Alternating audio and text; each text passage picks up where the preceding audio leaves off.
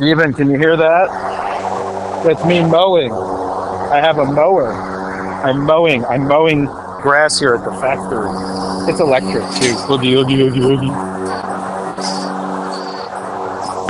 Hey, Steven, welcome to the episode number 100 of RAWtalk, the rebooted RAWtalk. 100. Well, that's 100. That's 100 of these. Oh yeah. We did 279 of the others. 279. I did 300 probably daily froze. So I don't want to make a huge deal out of the fact that this is 100 because I've been podcasting since 2011, I believe.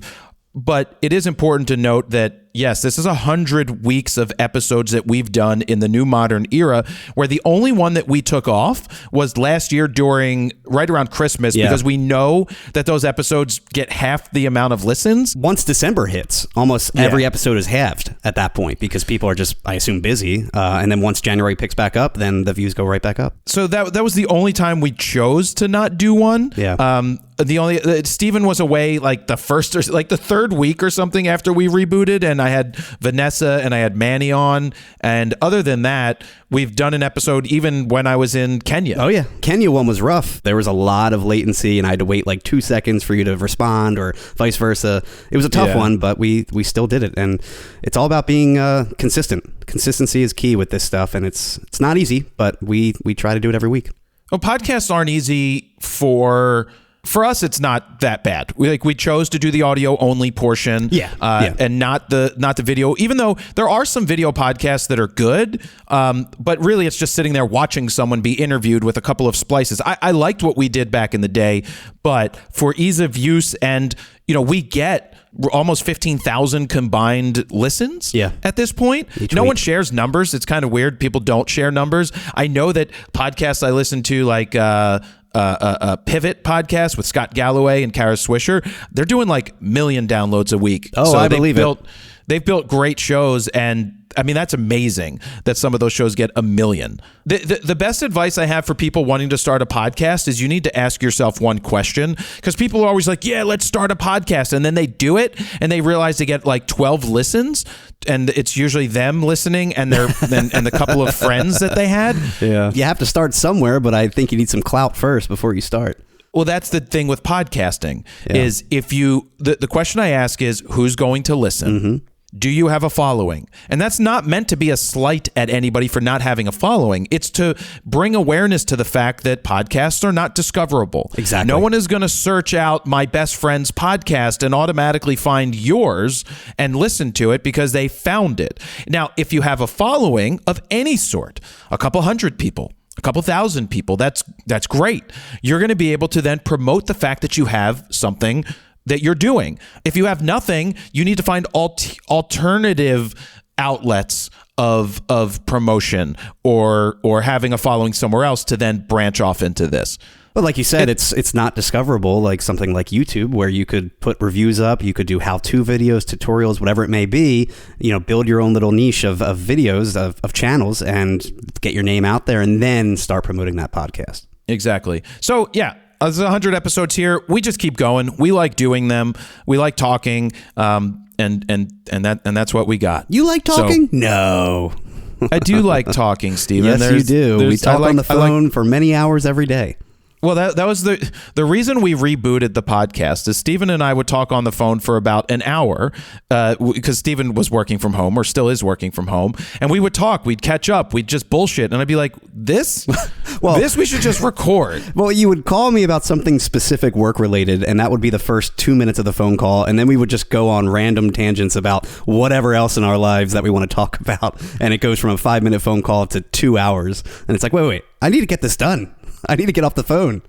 That's why we started to do it, and I enjoy it, and I know a bunch of you guys out there enjoy listening in the car. I enjoy listening to podcasts that I look forward to, and I hate when they miss. I hate when they're not on. I actually personally hate when Scott Galloway isn't on Pivot, when he's on break or something, and she has a guest. I don't want to hear the guest. I want to hear what he has to say. That's the one thing about working from home now, too, is I do usually look forward to listening to podcasts in the car when I do have somewhat of a commute, and I'm usually in the factory only, 2 days a week, 3 maybe, some weeks I'm home all week. Sometimes you're home all week for 2 weeks. Sometimes I'm home all week, yeah. But last week I was in for 3 days, I believe.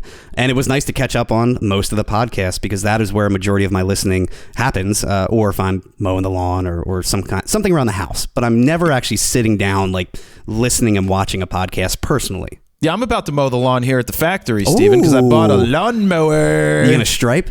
Yeah, I'm gonna make a swastika. I'm gonna make a swastika for because the house for sale is the house next door is for sale. So I wanna. Oh, you're gonna pull Step Brothers. Yeah, I want to make sure that they think Howdy, that they neighbor. have a bad neighbor. Now, if they look up the Wi-Fi, which I'm not going to say what it is, I could write the Wi-Fi on the side of the building, which I did think of doing because I didn't like the neighbor to begin with. But, because that woman was very mean to me right off the rip, someone can be our neighbor over there. You just got to hope that, whoever moves in is not super loud during the day because we're going to be filming and there's already a lot of sound coming from the park and stuff like that across the street.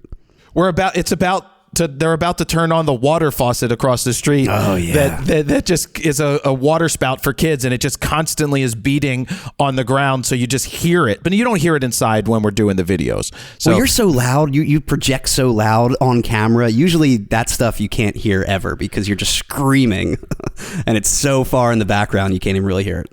It's a lot of training, Steven. It's a lot of training. I'm telling you, man, it's from day one when you started filming. I've noticed that the farther and farther the camera gets, the more you project.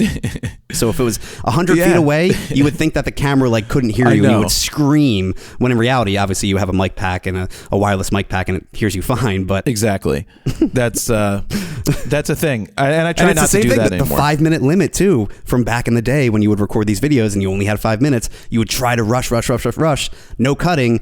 And you still kind of have that mentality when we record today. You never want to stop talking, so there's no breathing room, really. It's hard to cut around you. It is, but I'm going to vacuum the lawn today. That's my plan. And I'm going to try the vacuum cleaner, the lawnmower-y thing, charge the battery up. What did I buy? Ego? You bought the entry-level Ego battery-powered lawnmower.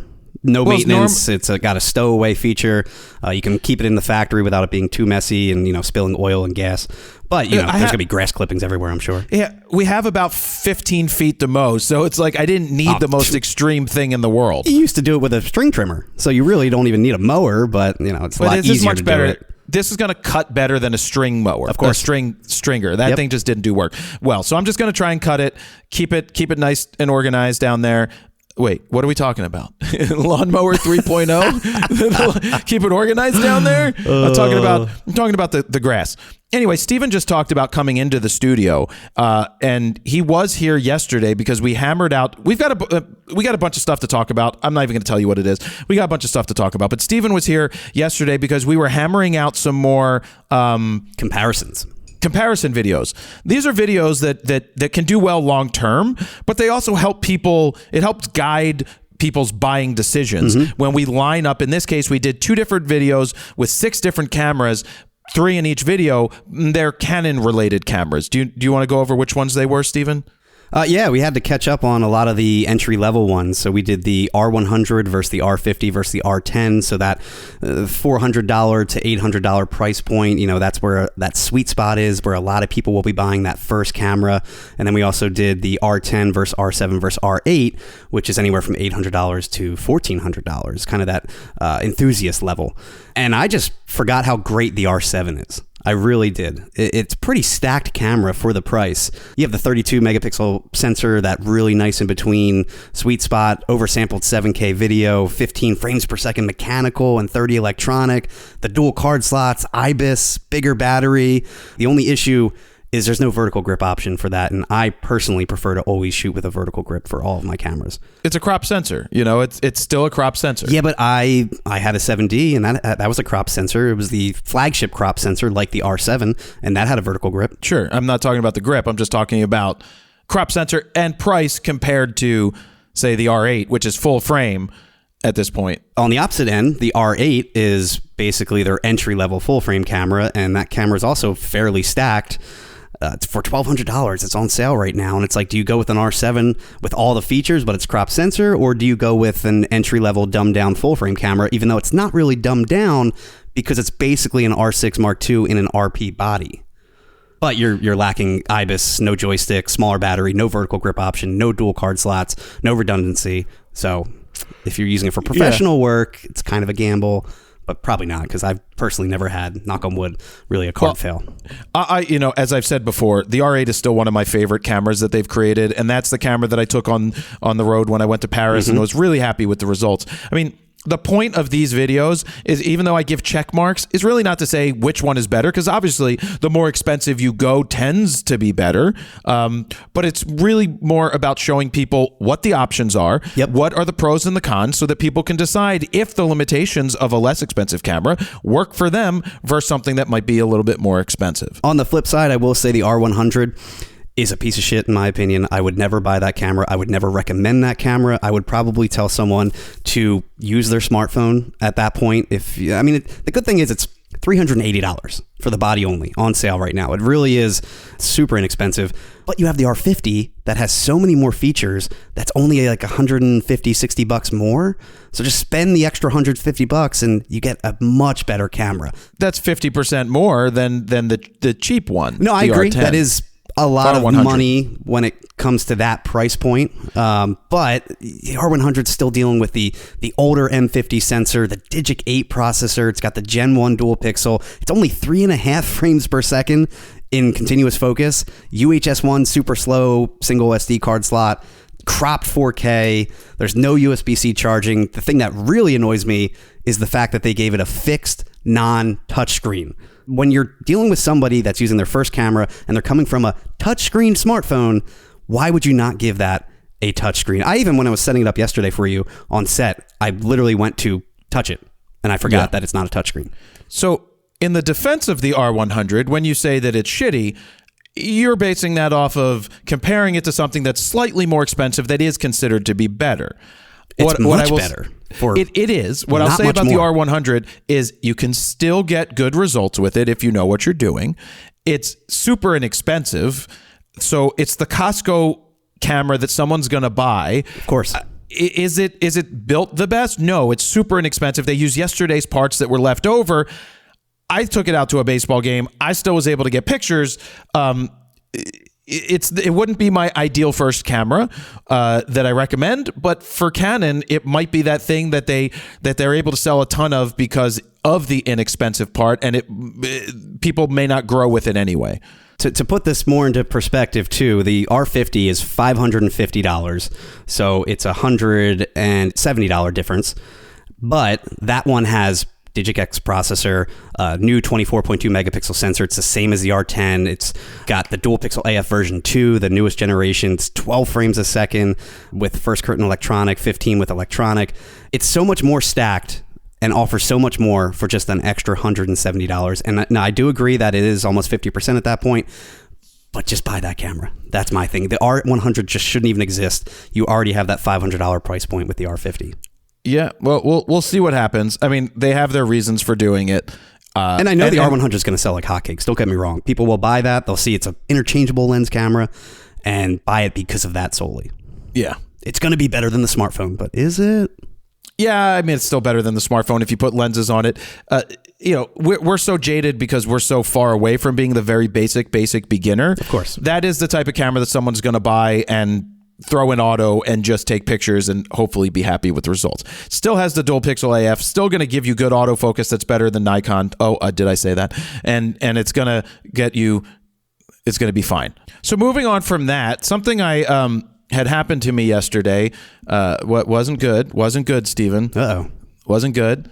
I crashed on my scooter. Ooh.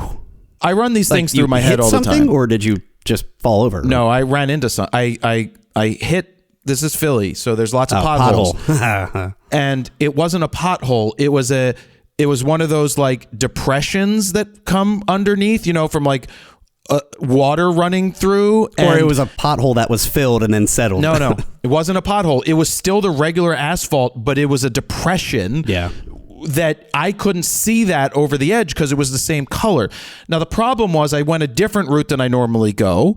And it's because I went and got cupcakes for people that I was going to have dinner with, and I chose to take this different route instead of choosing to go the normal route that I go. If I didn't buy cupcakes, I would have done the other route. If only you didn't buy cupcakes. But then my brain goes to, well, maybe the trade-off was I would have been hit by a car on the other road, and this was just letting me fall off and do that because I took a different route. Now let me tell you what happened. I don't think that would have happened, but okay. You see, I landed on my palms. Oof. I tore up my left hand. It didn't hurt. Little boo-boo. I contusioned my right. Oh, my camera. I contusioned my right hand, and that is all right. I can still touch everything on my thing because my hand is fine. But then what happened is I had my bowling ball in a bowling backpack on my back. Oh. And so that's 16-pound ball, just under 16 pounds. And what happened is I crashed doing 19 miles an hour because my fully charged. So when it's fully charged, it rides faster. Speed racer. And I had fresh air in the tires, which means it's definitely going to drive faster. Like a NASCAR driver. 19, 20 miles an hour. And I hit this thing and I just fucking went off to the right, hands first. Then I guess I rolled and skidded on my backpack. So all I remember doing is having my hands up in the air, and I kept my legs up. So I kept my back up because my back was laying on a bowling ball. One, that might have saved me from hitting my head, which I do wear a helmet. Didn't hit my head because there's a ball on my back. So that backpack was thick. That was good. At least it wasn't a 400 2.8. That would have sucked. Because I've ridden with my shoulder bag, so I got to be super careful. Yeah. I got up.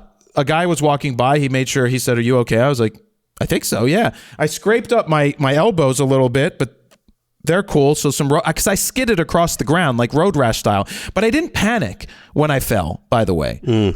I just accepted the skid and waited to stop. Yeah, I mean, and that was what else fine. are you going to do? Right, but I kept my head up because you don't want to hit your head. And so anyway, I get up, I scoot to where I'm going next, and then I got to my friend's house as she was leaving, so I went and washed my hands in her house, and that was fine.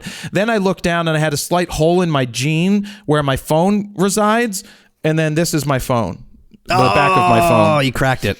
I cracked the back glass of my phone. And that's a new phone, too. It's a new. I could ask Apple for another one. Yeah. But I've never broken a phone because I've never dropped my phone. Yeah, and this is different. You don't have a case on your phone. You're very big on that. Yeah, this might have still broken at the force that I hit. I drop my phone so often. I need a case and I need a screen protector and everything because my phone would have shattered like that the first week. Yeah, there's like a hole in this right there now. Yeah. Like it's fine. The phone works. Everything charges. Everything's fine.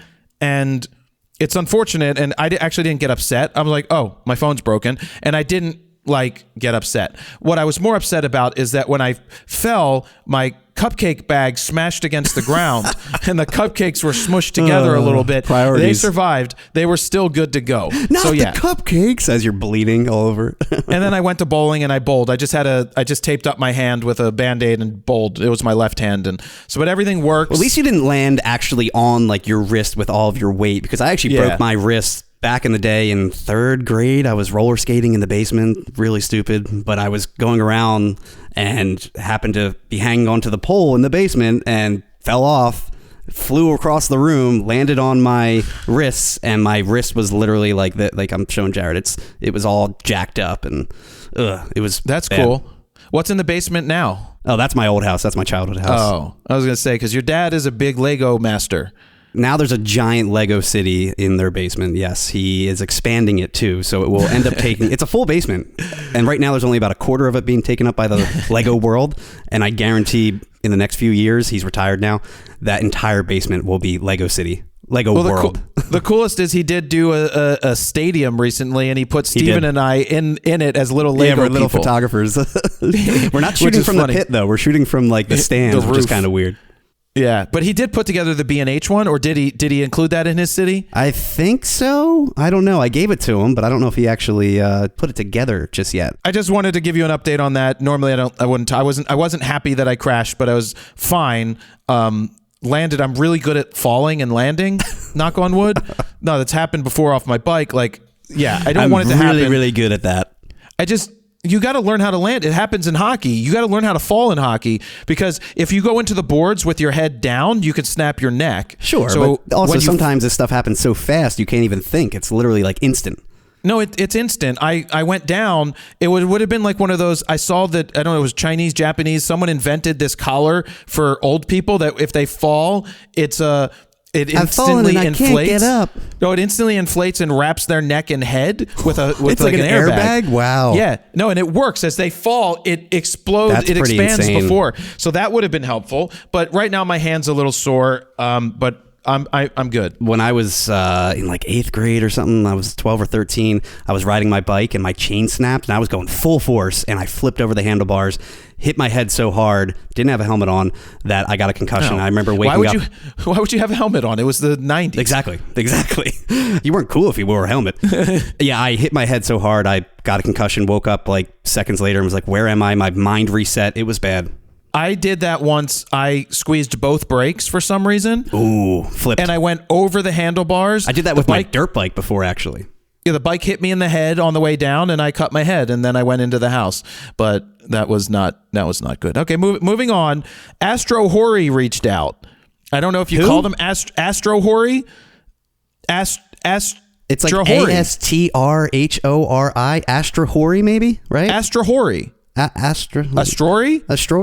We should probably ask Astrohori. Now, the last time we asked someone was Zhuin, right? Zhuin. Yeah, they're like, here, say it like these. I'm like, send me sample videos. The 2 sample videos they sent me have 2 different pronunciations. And remember, we just looked up the other Chinese brand, Mikey, and every video we saw, someone pronounced it differently. Every single Mikey one. I think it was Mikey because DSLR video shooter, Caleb, he pronounced it that way, and we're like, all right, he's probably right. Hopefully. The reason I'm bringing this up is I guess Astro Hori saw our other content and they're like, we want to send you video. They want free videos basically, of course. Which is what reviews are, because we don't get paid to make reviews. So Astro Hori, I said you're more than welcome. So what I say in these emails when people send me requests for stuff, you are more than welcome to send me this product. Mm-hmm. Include a return label, which is just easy for us to send it back. Yeah. That is what I wanted. I have everybody send return labels now because it's just easier to slap it on the box. Yeah. So include in the box a printout return label so that I can just slap it on the box when I get it. But I do not guarantee you a review. I do not guarantee you a YouTube video. I do not guarantee you anything.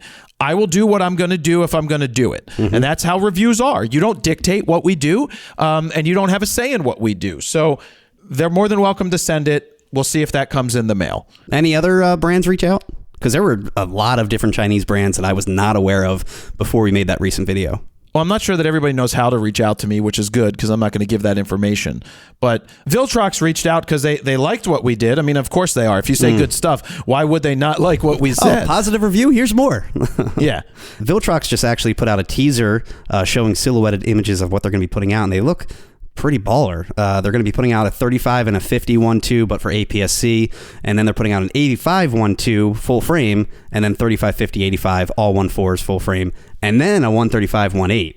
So they're going to be pretty caught up in the Sony world in terms of lens choices. It's gonna be interesting. We'll see what happens. There's only so many lenses I want to review. Like I don't want to be this, not every single. Yeah.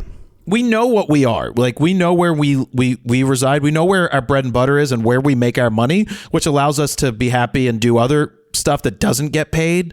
Like where you spend money to go create a personal project. Like my 4x5 project is a personal project. Mm-hmm. I can afford to do that because we've got sponsors like Squarespace paying money to allow us to make content, and that's just how it works in business. Speaking of making money, Stephen. Oh.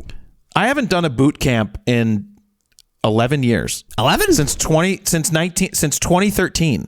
I remember you were just about to do like the road trip one or something when I started, and I think you did a few of them or something. We did a few of them. We didn't sell most of them. Yeah. It was like a tour, right? Like a band tour around the country. Yeah.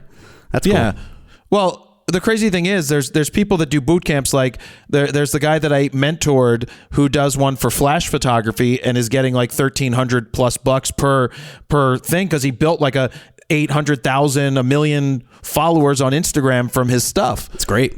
For doing the Flash stuff. So he's able to do it. I have no problem with someone doing that. If people are willing to pay to learn from someone, that's fine. I do always worry about charging people money for this stuff because I just feel bad that people have to spend their hard-earned money to learn from me. And I guess that's that imposter I don't like imposter syndrome is the word they use. Well, it's not that. They're getting direct access to you to ask you anything and for basically you to mentor them for the day. We give out free content all year, all the time, and it's more personal. So I'm going to book one. I got to decide whether I want to do it on a Tuesday or I want to do it on a Saturday. And the reason I used to do them on weekdays, and I think a lot of people do them on weekdays because it's a little easier. Like Saturday, if I'm going to set up shoots in the park across the street, it's going to be a little bit more difficult because there's going to be more people there in terms of just regular people. Don't you think it would be more difficult for people to take off work on a Tuesday and it'd be more That's convenient? If they work. That's if they have a day job like that, or maybe they're photographers a little bit and they want to, yes, they probably have day jobs. Some people might take off that day. Yes, there's convenience and not, but I've done it everywhere where I've sold it out during the weekday. So, like Peter Hurley, he does them during the week, So it's just that thing. Maybe I'll schedule two, one on a weekend and one during the week and see what happens. Yeah. But basically how the boot camp would work, not a lot of sitting around doing nothing because I know that doesn't work. You don't want to just sit there and have me show you a slideshow of shit. That's not how it is. Welcome to that Photography is Class 101 with Mr. Polin. Basically, what I would do is go over how the day's going to work, show you some examples of things to put in your mind, and then we'd go out. We'd have models for doing model portraits, either indoors and outdoors. I'll have probably two models for that. I'm going to have basketball players to do action, hire a skateboarder to skate around the skate park, and probably have maybe a kid run around or something that we pay a parent to bring their kid. It's like a press event. Yeah, it's like a press event. I mean, really, you're putting this stuff together. I want it to be as real world as possible because there's nothing more I despise than those events where there's 50 people on a photo walk with one model and all you see is 50 people taking shitty photos of a model. That literally is some of the press events. We've been on Sony press events where 50 of us are trying to take pictures of one model and it just becomes ridiculous to shoot this model. I just walk away. We all end up having the same photos at the end of the day, and we're all trying to cram in this room to take a picture of one person. It's just actually we don't end up with the same photo. We end up with the same subjects, but most people aren't good photographers on these press trips. Here we go. So their photos suck. I am the greatest, Steven. Never heard that before. I am the greatest. Speaking of the greatest, and saying things like I am the greatest with echo.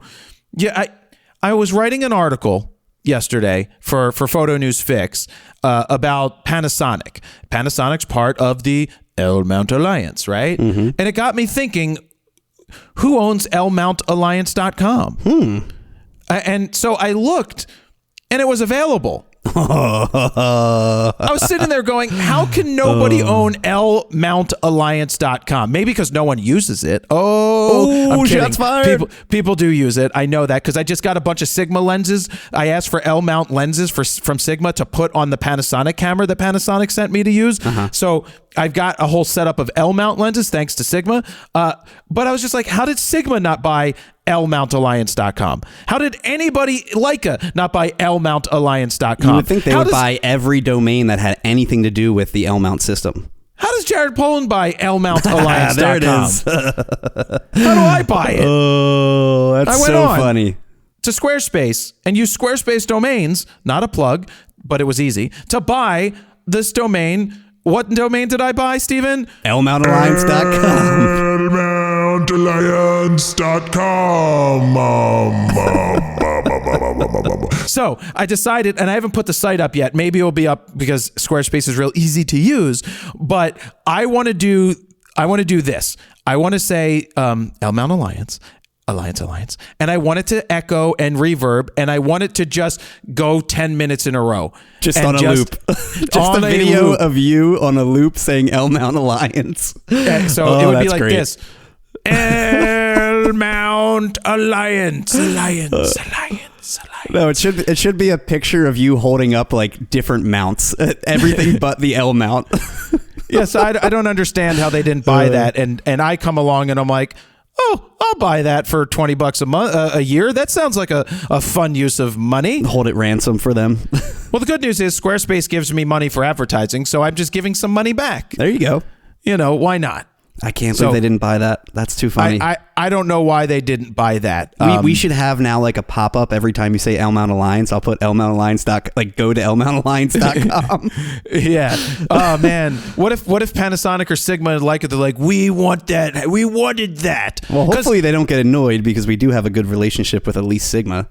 Well, L-Mount, I believe, is the official L-Mount website. Well, now you got to buy l-mountalliance.com. I didn't want that.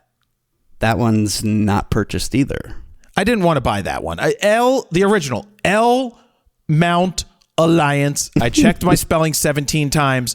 Well, that was the first thing I said to you on the phone. I'm like, did you spell it right? Because I know you, and you don't ever spell anything right. I was more surprised that it was available, so I double-checked, triple-checked that it was that, because I knew that I have a spelling issue. So yes, you now do. I own it. We'll see what happens. I thought that was funny. Real quick here. That's great.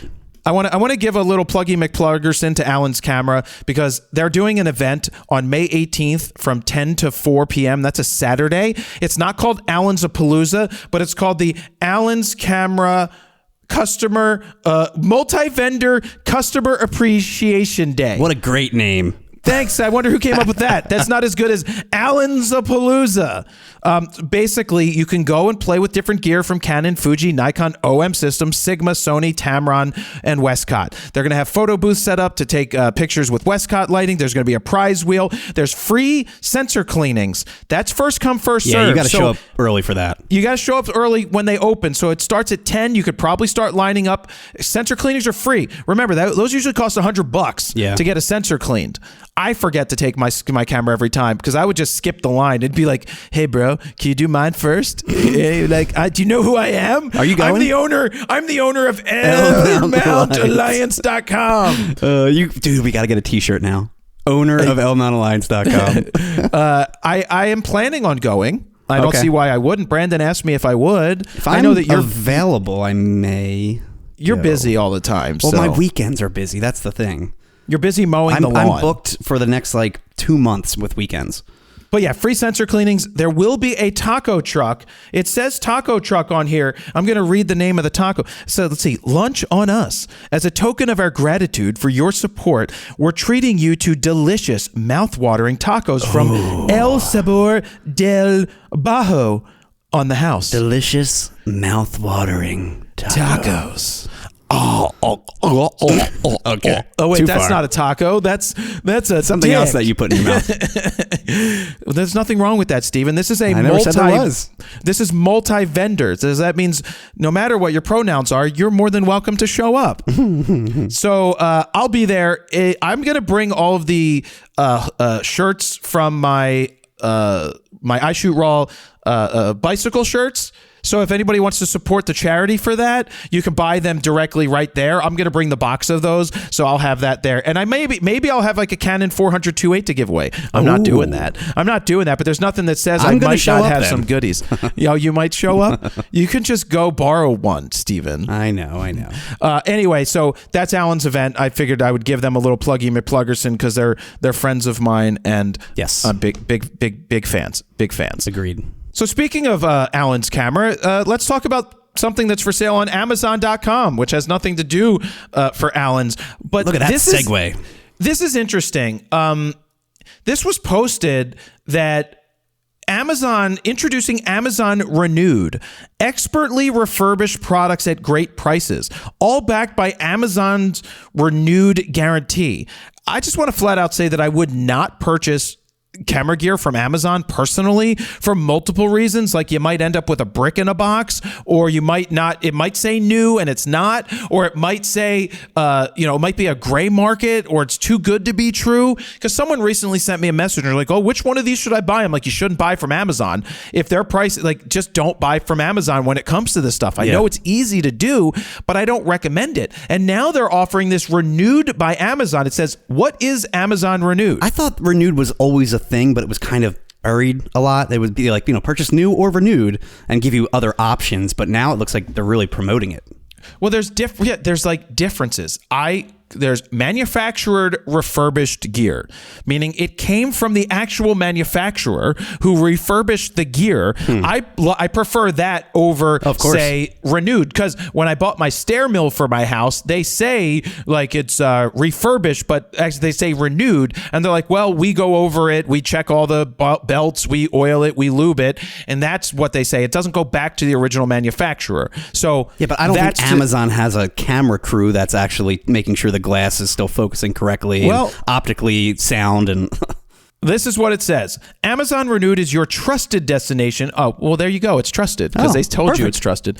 Destination for products that are inspected, tested, and refurbished as necessary to be fully functional. Quality you can afford. Products you can trust. Purchase with an impact. Oh, fuck you. Your Amazon Renewed purchase extends the lifetime of this product. Oh, my God. They're calling this like eco savings because it's not going to a landfill. Man, I don't recycle. Let me just tell you that. Trusted coverage. I do recycle like if it's easy, but I don't. I'm actually huge on recycling. I'm very big on it. See, I grew up in an era where they were You're also in the city though, and recycling barely exists. They're like, reduce, renew, recycle was what they used to tell us. And now then you realized that every time you recycled something, it ended up in the landfill next to the same thing. So my town, for example, only takes 1s and 2s for recycling. You got to check the actual labeling on the cans and stuff like that. No. You pee and poop 1s and 2s? Only certain types of plastic they will accept, and I'm very big on making sure I only give the right plastic. Although so many people don't do the right plastic and they just dump it onto the same truck, and it's like, are they really sorting through all that? It's why I don't care. We're not the reason for global warming. There's far worse people.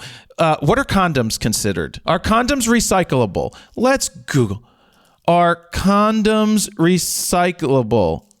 Yeah, condoms are not recyclable. They are made from latex and are single-use.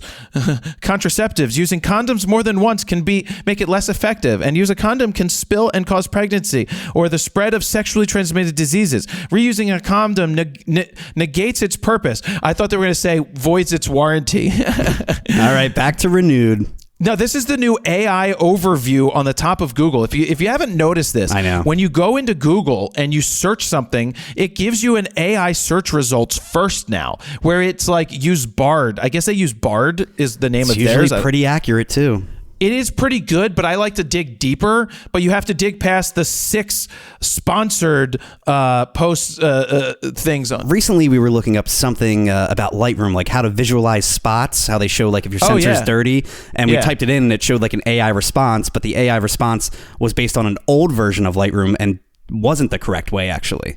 It didn't make sense. Yeah, it wasn't where the new visualize spots button is in the latest version of Lightroom. Okay, now that Steven got us off topic, let me get back on topic. Trusted coverage. Your purchase is eligible for Amazon Renewed coverage in conjunction with Amazon's return policy and A to Z guarantee. What should I expect to receive with my Amazon Renewed purchase? All Amazon Renewed purchases will come with the accessories equivalent to those that shipped. See, this is just so questionable. Third party? Like, what if you bought a camera and it was supposed to come with... These items may not be original, but will be compatible and fully functional. So that could be a third-party battery. Yep. In what condition can I expect my Amazon Renewed product to be? Products will be restored to the original factory settings. Oh, so they hit reset on your camera, and will be in one of the following cosmetic conditions: premium, excellent, good, or accept. That means used. Okay, so they're selling used gear that is verified. Kind of what I wanted to do with my Gear Vault, where people send gear in and you verify it and you put a rating on it. But this is questionable. The question is, when you're buying that specific Renewed product, does it list the actual quality? Like, will it say what condition it's in? Premium, excellent, good, or acceptable? So here, for example, is a Nikon. Well, this is a Nikon Z 402.8 TC VRS renewed. It just says renewed, yeah. Normally $14,000 is $11,439.95, and they have only 6 in stock. How is that possible? That they have 6 renewed of these? Like, I don't understand this. See, I don't see the condition it's in. It just says renewed. It says camera lens description 9. What does that mean? Camera lens description 9. I don't know. About this item. 9 aperture blades? I don't know. Right, and it says... Oh, it does say at the top right, refurbished, excellent. Oh, so okay. It does, yeah. But it's hidden, see? It's hidden. It that should was be like, you as didn't see like that the right title away. of, yeah. Like, that's a huge savings, but I'm buying directly from Nikon. If like Canon has a refurb store. Let me look that up real fast. Canon. I mean, it's $2,500 off, so that is a nice discount. It is, but I don't just know don't that trust these trust inspectors from Amazon. Are they really inspecting it? You think they're taking a Z9 out and making sure it works? No, they're just pressing reformat. Let's see. So a refurb Canon EOS R3, which they're out of stock of right now, would be $4,049. I remember when Alan used to get refurbs from Canon to the store, and they would offer him these refurbs. They were lenses like 85-1.2s, and they would offer bodies. And he's like, you think I should get these? I'm like, you should buy and this is when I worked there. And I think he was just asking. He was already ordering them, but he ordered every single one that he could get his hands on because they were refurbished with warranties. Yeah. And a lens is a lens is a lens is a lens. Now, I say that, and Amazon is selling them as a lens is a lens is a lens is a lens, but I trust it being refurbed by Canon more than whatever they're doing. Well, I used to buy used gear, refurbished gear from Lens Rentals back in the day because they're actually checking the lens, inspecting it, cleaning it. They have the test charts and all of that before they ship it out. So it's done the right way. It's not just some random person just saying, oh, it looks good enough, and yeah, it's renewed. And they tell you that it's beat up because a lot of those lenses tend to be beat up. Yes. But they only usually have like a 1-year life cycle for it, and then they sell it off. Wow. Some of these things I could not. Could you imagine? They've got a refurbished 7D Mark II with 18-135 for $1,700. $1,400 for a refurbished 7D Mark II. You'd be out of your mind to buy a refurbished 7D. You could get an R7 for that price. So I hope people aren't doing that.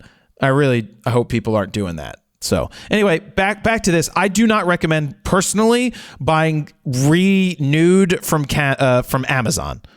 That's my take. Again, I feel like it's always been a thing, but now they're really promoting it. I've seen renewed many times before, but I never really understood what it meant. Was it just returned items? Was it, is it actually refurbished? Stuff like that. It's just not. It's just they check it out to make sure it works. I just know that that's how it works. So, I put up recently, as of this morning, the asking people for questions. I shouldn't have to say good questions on Facebook. We got no good questions really from Facebook. It's just stuff like when I ask people for questions, I don't want you to ask me like, what are your thoughts on inspiration? Where do you get your inspiration? Like, this is all basic bitch shit that I've answered before. I want you to ask questions. How do you take pictures? Like, I want legitimate questions. Now, this guy Elvis asked me a question, and usually I don't dive into gear related, but it wasn't like, what should I buy straight up? Mm-hmm. He gave some reasoning, and he gave some examples of what he's thinking, and that way it's easier for us to answer this. So Elvis says, Fro, I'm traveling to Disney. Also, Steven goes to Disney, so he has a lot of feedback on this. Wow. Hey, have you watched those videos for those plus-size park hoppers on Disney?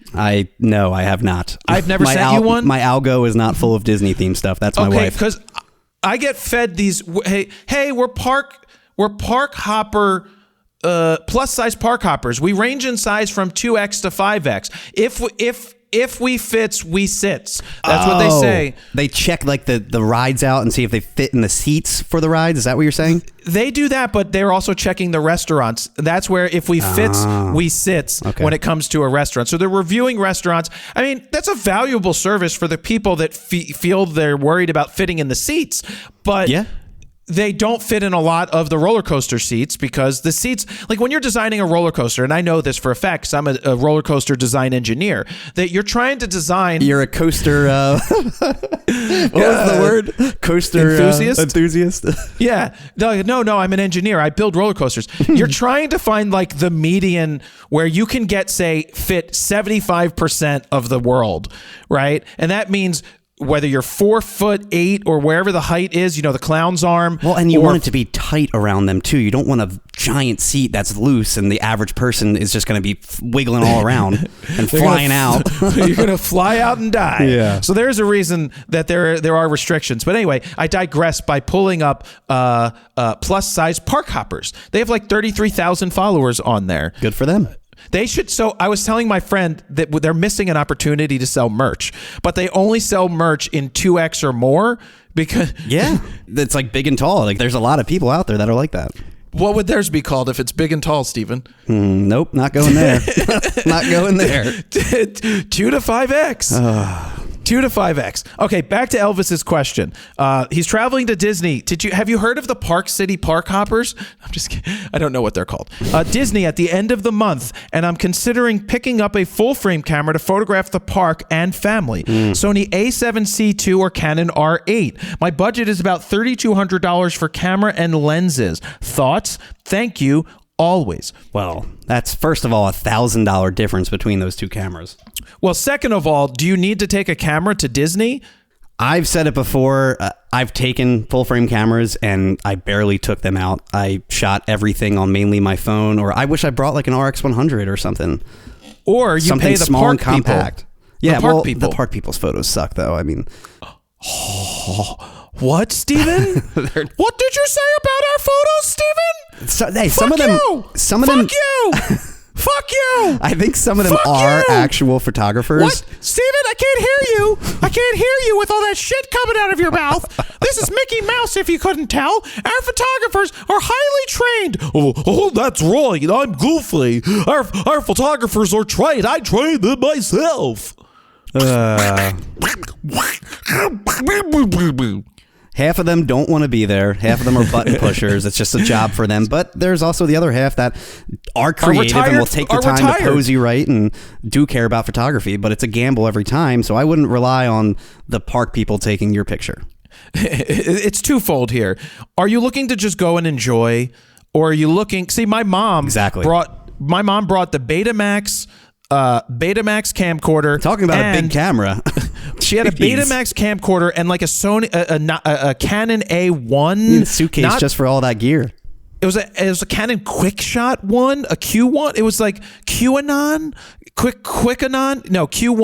I think it was a Q1. It had a pop-up flash, which was really cool, and it was just a 35 millimeter point and shoot. And then sometimes she would take our Instamatic Polaroid. Was it the Canonette? No, but this was really a cool Canon camera. I remember just playing with it. The QL17 maybe? I don't remember, Steven. It was 1985 or 86. But that's what my mom used to take. This is tough because you're going to get better photos in the park of your kids. Okay. Let's take this twofold. The Sony A7C II is probably one of the most well-rounded cameras ever to exist, with the better autofocus than the A7 IV, the same features as the A7 IV, but it's still in the $2,000 price range, right? It's $2,200 versus $1,200 currently for the R8. I love the R8, but the A7C II though runs circles around the R8 in terms of size-wise and better battery, image stabilization. Yeah, it has everything. It's an A7 one card IV. slot, but one card slot. Yeah, but the R8 does too. It's a fully loaded camera. You could get one lens, the 35 to 35 to 150 2.8 Tamron. That's be the big lens, though. That is a real big lens, especially for that body. It's more expensive. Not balanced at that point. It's a little odd to shoot with, but it is a catch-all for sure. It is. I would personally hate lugging that thing around Disney. Yeah, that's the thing is, do you want to lug this around? I like the Canon R8. It's a light, small camera. One of my favorite travel cameras, as I mentioned earlier. Taking it to Paris. I put the 28-70 on it. That's heavy as hell. I don't know what lens you would put on it. 24-105, but I wouldn't. I'm not a big fan of investing in the f4s personally. I would buy an A7C II personally and just put all third-party Sigma glass on it. You could get Sigma. A lot you could for get $3,200. You can get Sigma Tamra. You get 28-75. Yep. Small, light, compact. But you're still spending a lot more money than you would be with the R8. And not soon enough for your trip, you might get full frame. But I don't think that's coming for a while for third party. I brought the R6 with a 35-1.8 and used it like 3 times in Disney. I took most pictures just on my phone. I wanted to be present in the moment personally, and I felt like if I took the camera out, I was focusing more on pictures than being on vacation. But that's me. Let's take a step back here. Is there another option for going to Disney with not a full frame camera? I've said it something before, that you I could would save money with. I would take an RX100. I think those take decent pictures. They shoot raw. Yeah, it's a 1-inch sensor, but still. I got it. What? I got it, Steven. Fuji X100 Not. I mean, that's not a bad option. It's not, but you have to get super close to your kids who are running towards the characters. You're not getting those nice isolation shots of unless you get really close. I'd rather buy an A7C II. I think it's a lot more flexible in terms of lens options and everything, but you could put a little pancake lens on the A7C II. You could, but again, pancake means you got to get close. Look, that's or a lot of money CF to spend. I'd get their little 40 2.8 or whatever that pancake is. Well, they also have the A28 to 400, f4 to f8. That's that new lens we just reviewed. We did put that out, right? I'm not breaking any NDAs. We did make that video, correct? Which one? 28 to 400. We put that out, didn't we? Yes. Yeah, I'm just making sure. Yeah. That was the one we just... Yeah, 28 to 400. Yep. Just making sure, Steven, because, we're always working on super slow secret lens. Well, it is super slow, but it's light and it's going to give you range. But no, it's not my choice. It's like, I don't know, man. For me, if I'm going to Disney, which probably will never happen, one, I don't have any kids, so I can't go to Disney. And two, I think that 35 to 150 is a really good option. I would take an R8 personally, and I'd probably take 28 to 70 and just make it work for me. That's for me. Yeah, I mean, I guess we don't have an answer for you. I'm sorry, Elvis. You could go either route. You really could. You really could. Just know you're going to be dedicated to taking pictures, and it's a pain to really lug these cameras around unless you have a small, pancake lens, or if you have a stroller, you can throw it in there or in a separate bag or something. But for me, it was really a pain. And part of it is also, what other gear do you already have? Do you already have a system? Do you not have a system? If this is your first system, what can you grow with? Both cameras are going to be fantastic. You're going to save a lot more money with the R8, get fantastic results. It's just a matter of what lenses you're going to put on it. You could literally buy an R8 and put a $2,000 lens on there for that $3,200 budget if you want to. Where you totally could. The A7C II, you'd be limited with only a $1,000 budget. Granted, again, you can get a pretty solid Tamron or Sigma lens with that $1,000. You could. Yep. So moving on, since we're talking about kids in a park, why don't we talk about this? What are the rules on shooting kids in public places? Like I did with my nephew recently, which was a public park. He was playing in a public municipal park. And so this is you were also just focusing on him and not that's other correct. Kids. I made that choice. But as you've mentioned in the past, that in the past, I just photographed everybody in public. I always felt very awkward because I would have to film the child as well if we were doing a real world review or something. And, it just became... I think of my daughter now. If someone was randomly shooting and filming her, I don't know, I'd probably say something. Yeah, you could say something. And that's the thing is there's a line between being a nuisance and a bother, because the way that the law works here to the best of my knowledge, creepy. To the best of my knowledge here, I'm not a lawyer. I don't shoot a Leica or drive a Porsche yet. Is that in public places, there is no expectation of privacy. And if there's no expectation of privacy, then it's okay for someone to film and photograph. Now, if they're trying to go up your skirt, that is an invasion of your privacy. If they come to your backyard and look over a fence and try to shoot photos and video into your house, that's an invasion of privacy where you have an expectation of privacy. If you are doing something in a private place, but you're doing it in fully aware that someone else might be watching, you are doing away with your privacy. Yeah, but I understand that legally it's okay to do it, but morally and just basic common courtesy. That's the second part. If a woman is breastfeeding in public, I'm not going to sit there and film and photograph her, even though there's no expectation of privacy for her breastfeeding in public. There's absolutely nothing wrong with her doing that. You should not photograph or film that. Should you look? I mean, yeah, I've looked, but I've looked, yes, but then I've not looked. But no, that's the thing is like, I'm looking, I'm like, what is that over there? I don't see well. You know that. That's and the I'm best. like, Jared will squint and like really look hard because he can't see, and then he realizes what it is. He'll be like, oh, well, shouldn't be looking. Yeah, can't look at that. Like, I always say, like, look a little harder, man. I'm like, Steven, check out that girl. Like, no, like, I really can't see. Like, check out that person. They're hot. And you're like, I'm like, oh, and then they get closer. I'm like, shit. You'll do the whole like turn your body and keep staring as they walk by. I'm trying to get a better look to understand what I'm looking. I can't see. But you got to do it under the radar, man. Yeah, what you have to do is take a picture and then look at the picture and then verify. So yeah, in public, you can really do what you want, but then there's like, what can you do and what should you do are two different things. I despise the street photographers that jump out in front of people's faces, pop a flash and run away. Yeah. I think that's terrible. But on the flip side, as someone who does photos on the street on occasion from a distance without someone else knowing, and it's a person in public walking, or you're capturing something, someone standing on one of those grates that's puffing up smoke and they look Marilyn really fucking Monroe cool. Style. Right, like I'm taking that picture. And I'm going to take the picture and I'm not going to worry about that it's a kid, or like a kid holding a parent's hand and they're walking. I don't know. Maybe I'll take that if it just happens and then I'll move on about my day. Yeah, but I'm not going to sit there for an hour. I'm not going to sit there for an hour or hunt and track someone down over, throughout a park and be like, oh, I'm going to get this great photo of them. You're not going to be a PI and constantly follow them around with a 600 millimeter lens and just photograph them all day. Yeah, that's maybe right. Sometime. Yeah, that's right, Steven. I'm not. Exactly. Yeah, Steven. Yeah. Yeah, that's I don't what. do that. What? Yeah. What? Yeah. What? So it's really a matter of what.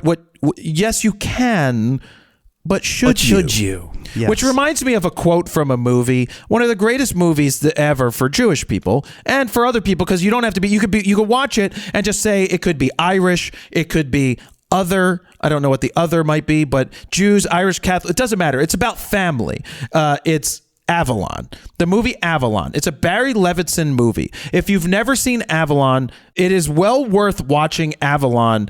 It is such a fan, and Kevin Pollak is in it. Elijah Wood, a young Elijah Wood is in it. It is one of the most you cut the turkey without me. We're leaving. It's just like, you get it. It starts in 1914 or 1917. I came off the boat with nothing in my pocket but a couple of dollars or whatever, and it's how Sam, who came off the boat, started a family in Baltimore, and it's about the close knit of it in the 40s, and how it changes as the generations go on. And so it's a story of that. And it is fantastic. But the quote is, Elijah Wood goes, "Can I go to the bathroom?" Mm-hmm. And the teacher goes, "You can, but you may not." Mind you, this is 1950. And he's like, "But I have to go to the bathroom." And she's like, "You can, but you may not." And so she sends him to the principal's office because he won't correct himself. May I go to the bathroom? And the grandfather comes in and he's like, "Well, what's the problem? Can he or can he not?" Well, he didn't ask. He should say, "May I go to the bathroom?" May can't. He should go to the bathroom. The kid needs to go to the bathroom. What's the problem? You don't get it. He's like, and she just keeps going. And he's like, I don't get it. You got a mix of like Larry David, Bernie Sanders going on right now. your Jewish accent. I'm very much personally like Larry David out in the. I don't understand. Why? What do you mean I can't do this? You are literally Larry David for sure. You're Jerry Seinfeld. Wait, why are you asking me if I have a reservation? I would have told you if I had a reservation. Question everything and get annoyed at the littlest things. The place is empty. I just started watching the latest season of Curb. So good. The last one? Yeah, the series finale season. Yeah, I haven't watched it because I haven't watched all the other ones, but it is funny. You would love it. One of my favorite is when he's sleeping with the Palestinian chicken maker. That's a funny episode. My favorite is the one where he's wearing the MAGA hat, just because he doesn't want people to talk to him. I said that to my dad. I'm like, Dad, have you watched Curb Your Enthusiasm? Because you know how my dad is. He's like that in public too. He's like, no, I'm just not a big fan. I'm like, let me give you a case in point. He did an episode where he wears a MAGA hat so that people don't bother him. So he's sitting at a restaurant. He's at the... What does he call it? A great people repellent? Well, he's at the sushi bar and they're about to sit this couple next to him. And he's like, oh, hi. And he puts the hat on. And then they're like, oh, sorry, we don't want to sit here.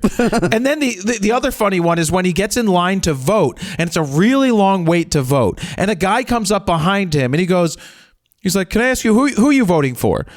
And he's like and he could say, he's like, the other guy. He's like, well, I'm voting for the other guy, so that cancels our votes. Why don't we just both leave? And so then they leave.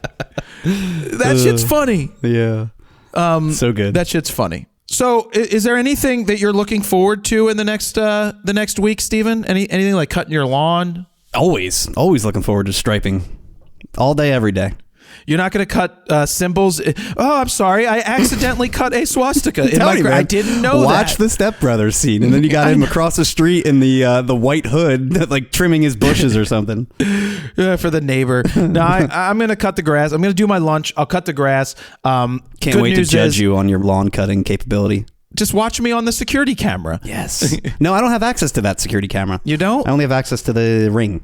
Oh, well, anyway, this week, the Phillies are going to be back in town. They've been away for 10 days, so they come back. They play Friday, Saturday, Sunday. I am going to go out there to shoot again. I have my I talked last week about my 8x10 books coming in and my 16x20s. I fully printed all my 8x10s, all my 16x20s to take these books with me to show people so that it can make a big impression. And I'm going to hopefully lock up some more portraits. Now, I haven't touched the camera since they went away. I got to mix some new chemicals. I got to load up all of my film. I don't think I forgot how to do anything, but I got to get back into the swing of things. Yeah. And put the camera back on my head so I can document, because I've really built up the entire process I've documented. So from the 360 camera. Was it weird, by the way, going back to the R3 this past week for a shoot versus using that film camera for so long? It was incredible. Yeah. Going back to the R3 with a one of the Funday photographer lenses that came in, we got 10 400-2.8 version 3s, which is in essence the RF version, just without the different adapter. mount. Yeah. Oh my God, is that thing sharp and light? Oh, was it a pleasure to go? I'm like, oh my God, these colors are amazing. I hit it with some Skittles. I hit it with some Kaleidoscope. I hit it with some thick, just to see which ones I like. All your favorite and presets. Oh man, oh my God, for that stuff, this stuff is just so vibrant and saturated. It looks amazing. By the way, there are other presets out there, just to let you know. I said this before, like for real life stuff, for sports and action, I feel that it should follow the more true to life look. Yeah, but it's also not true to life because you use super saturated presets that the colors really are not that vibrant. Well, so that argument kind of like, To me, they are in my eyes, and you don't see through my eyes, Steven. Okay. So you don't know what I see. You don't know what I see. Do you know one of my eyes sees more saturation than the other? Is that a real thing? Yeah, it's a real thing. Really? But your eyes can have different, some of them, one of them's more sensitive to light. One of them renders color differently. Both of my eyes are slightly different. One sees brighter, one sees slightly darker. It's my good eye. So my left eye isn't as good as my right. My left eye is my better eye, but I have issues with it. So it's a thing. Huh, yeah. Interesting. Yeah. You've never closed your right eye, opened your left eye or whatever? Oh, of course, yeah. But for me, it's really just sharpness and that's really the only thing being affected. Like, can I really see tone or not? differences? But I don't have difference. any tone differences or color differences in each eye. I'd say my color's pretty spot on. I've taken all those color tests online. Always got 100. Yeah. I remember them handing us those in school to see if you were colorblind. I'm like, I see a number. Oh, what are you talking about? I passed the test, yo. I always had a couple friends that had like the blue tinted colorblind glasses to see all the colors right. Yeah, do they work? Like the who was it? Who was the YouTuber, the big one that did that video where he's like crying because he saw colors for the first time? I don't know, but I was reading that might be a scam. I don't know. I need to I don't know, because maybe it's a scam for them. They just see something, but they're not used to seeing actually any color, so they don't know any better. Oh, Jake Paul. Wasn't it Jake Paul? Or Logan Paul? It was one of those Paul brothers. I don't follow any of the Paul brothers. Yeah, watch the one where he's colorblind and he's trying on the colorblind glasses for the first time. It's so fake. All right, guys, this is episode 100. Thank you for listening to all these years. You could text us at 313-710-9729. Allen's a Palooza, or whatever the hell they called it, May 18th, 10 to 4 p.m., I do recommend that you go there. I didn't say this earlier. I probably should have. There's trade-in offers. So if you trade in for you could trade in for cash, or you could trade in, and whatever cash you would have gotten, if you take it in store credit, they're giving you 10% on top of it. Oh, nice. So you're getting an extra 10% to spend in store credit at the store. There's going to be giveaways, sensor cleanings, and discounts for purchasing gear. So it's a good opportunity, and a good opportunity to go out and meet some people. You're definitely going then?